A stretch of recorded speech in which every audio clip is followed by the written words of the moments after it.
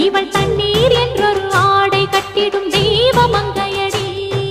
தையம் தீயம் தக்கு தீயம் தக்கு தையம் தீயம் தக்கு தீயம் தக்கு தையம் தீயம் தக்கு தீயம் தக்கு தையம்